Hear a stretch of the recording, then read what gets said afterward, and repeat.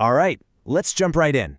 So you've got your brand new SDR, you're all set to explore the airwaves, but then you hit a snag, a big one.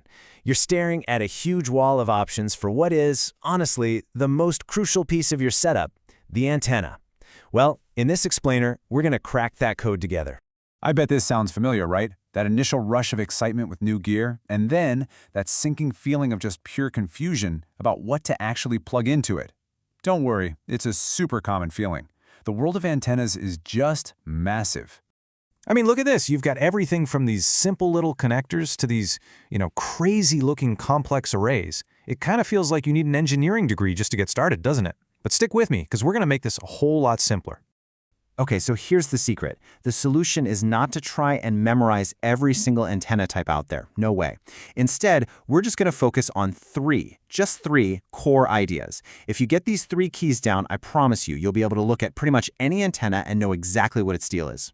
And that's really the whole idea here. We're not trying to build some encyclopedia in your head. We're building real understanding. So let's get into it. Let's start with the very first and maybe the most important key to understanding how an antenna hears the world around it. So our first key is gain and directionality. The easiest way to think about it is like this. Imagine an antenna is, listening. Is it hearing everything around it equally, or is it kind of cupping its ear to really focus on a specific sound that's far away? That's pretty much gain in a nutshell. This is a perfect analogy. Think about a bare light bulb. It's omnidirectional, right? It spreads light everywhere, but the whole room is kind of dim. Now, take a flashlight, a torch. It takes that same amount of energy and focuses it into one powerful, concentrated beam. It's not creating more light, it's just directing it. And that is exactly how high-gain antennas work with radio waves.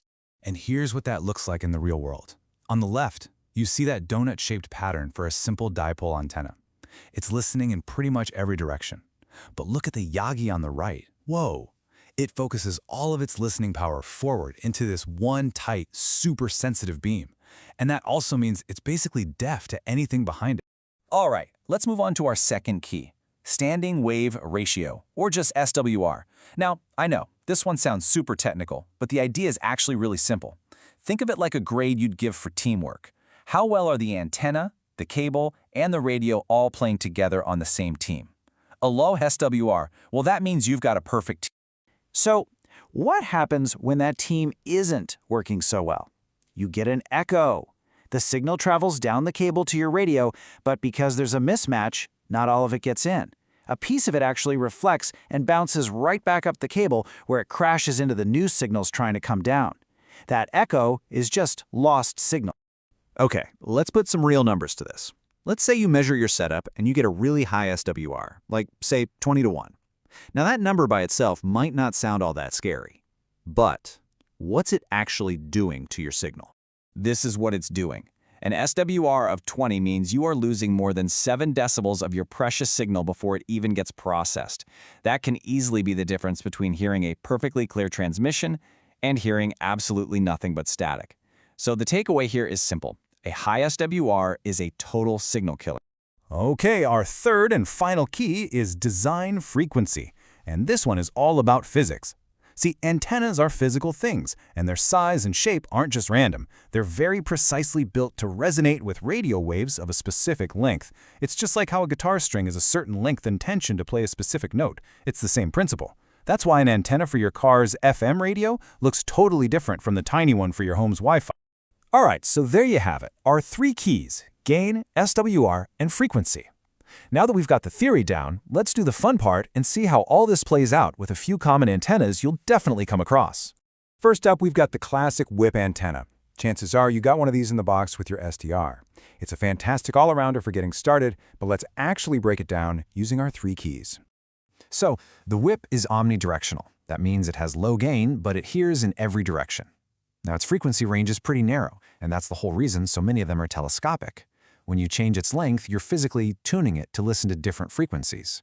It's perfect for portable use, for just throwing in a bag and exploring the airwaves. Okay, next up, we have the discone antenna. And as you can probably guess from the name we've given it, this one is a wide listener. Just like the whip, it's omnidirectional. But here's the magic trick. Its frequency range is huge. It's a broadband antenna, which means you don't have to tune it. This makes it the absolute perfect choice if your mission is to just scan massive chunks of the radio spectrum and discover what's out there. And finally, let's talk about the Yagi. This antenna is a total specialist. This is not what you use for just scanning around. No, you pull out a Yagi when you know exactly what you're trying to hear, and you know it's weak or very far away. Yeah, the Yagi is pretty much the complete opposite of the discone. It's got super high directionality. Remember our flashlight beam from earlier? That's this guy. But there's always a trade-off, and for the Yagi, it's a very, very narrow frequency range. It's built to do one single job, but do it incredibly well, locking on to a specific weak signal from a single direction. Think distant radio towers or even tracking a satellite. So you've used the 3 keys, you've picked your antenna, but hold on, you're not quite done yet, because how you set up your antenna is honestly just as important as which one you picked in the first place. Here are 3 super simple rules to live by. Number 1, height is might.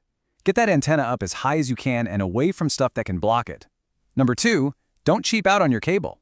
A bad coaxial cable can literally steal your signal and make your awesome antenna totally useless. And number 3, especially for any antenna you put outside, ground it.